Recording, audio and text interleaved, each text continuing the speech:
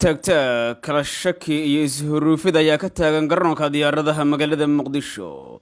Shariif Xasan Sheekh Aadan madaxweynihii hore ee Koonfur Galbeed ayaa loo diiday inuu ka dhoofo garoonka. Wasaaradda Amniga ayaa dhexda kaga soo dhacday oo ogolaatay Shariif Xasan inuu la duuli karo hub fudud.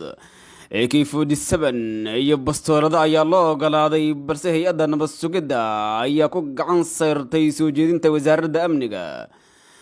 waxay tani u muuqataa dagaal hor leh oo ka qarxay gudaha hay-adaha amniga. wasaaradda amniga iyo hay-adda nabad sugidda wada shaqaynteedii ayay wiiqaysaa. Shariif Xasanna waxay ku noqon kartaa khatar. wuxuu awoodi layahay inuu qaato amarka hay-adda nabad sugidda iyo kan wasaaradda amniga.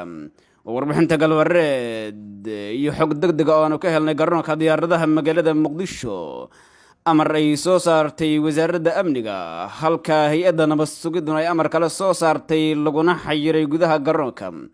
Shariif Xasan Sheekh Aadan oo u bixitimi lahaa magaalada Baydhabo halkaasi uu yaallo kursigiisa.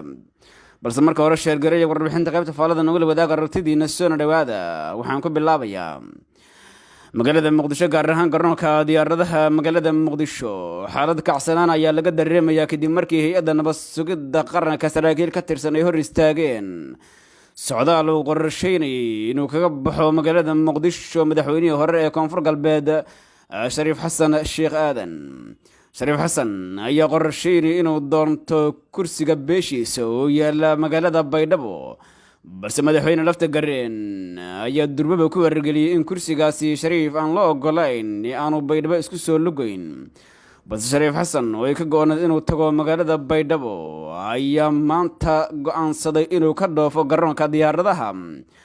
balse hay-adaha amniga, gaar ahaan hay-adda nabad sugidda ee NISA ayaa ka hor istaagay safarkiisa, waxaana war ka soo baxay wasaaradda amniga gudaha lagu ogolaaday Shariif Xasan inuu hub fudud u qaadan karo magaalada Baydhabo. war ka soo baxay wasaaradda amniga oo uu ku saxiixnaa agaasimaha guud ee wasaaradda Yuusuf Cali Maxamed ayaa waxaa lagu sheegay in iyadoo la tixraacayo codsi kaga yimid musharax madaxweyne Shariif Xasan Sheekh Aadan, kaasi oo uu ka rabay inuu isku ilaaliyo marka uu tago magaalada Baydhabo, loo ogolaanayo hub fudud inuu u qaato magaaladaasi. waxaana lagu yiri waxa uu qaadan karaa Shariif Xasan 7 qori oo ah nooca loo yaqaan AK-47 iyo sidoo kale 7 bastooladood.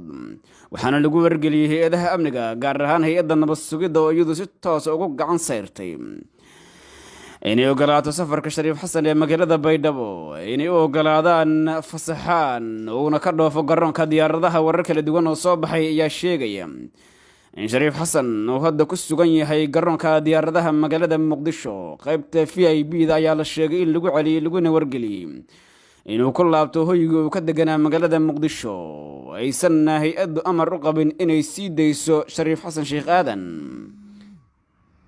warqadda ka soo baxday wasaaradda amniga gudaha ee dowladda federaalka Soomaaliya ayaa waxaa lagu socodsiiyey maareeyaha garoonka caalamiga ee Aadan Cadde, taliyaha saldhigga booliiska Aadan Cadde, taliyaha sirdoonka iyo nabad sugidda Aadan Cadde, iyo sidoo kale maamulaha garoonka diyaaradaha ee magaalada Muqdisho. sidoo kale warqadan ayaa waxaa la ogeysiiyey musharax madaxweyne Shariif Xasan Sheekh Aadan.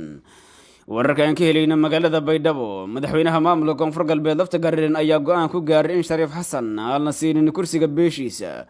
lafta gareen ayaa go'aansaday inuu gebi ahaanba siyaasadda Koonfur Galbeed ka cirib tiro jilbi culistii uga horreeyay isaga.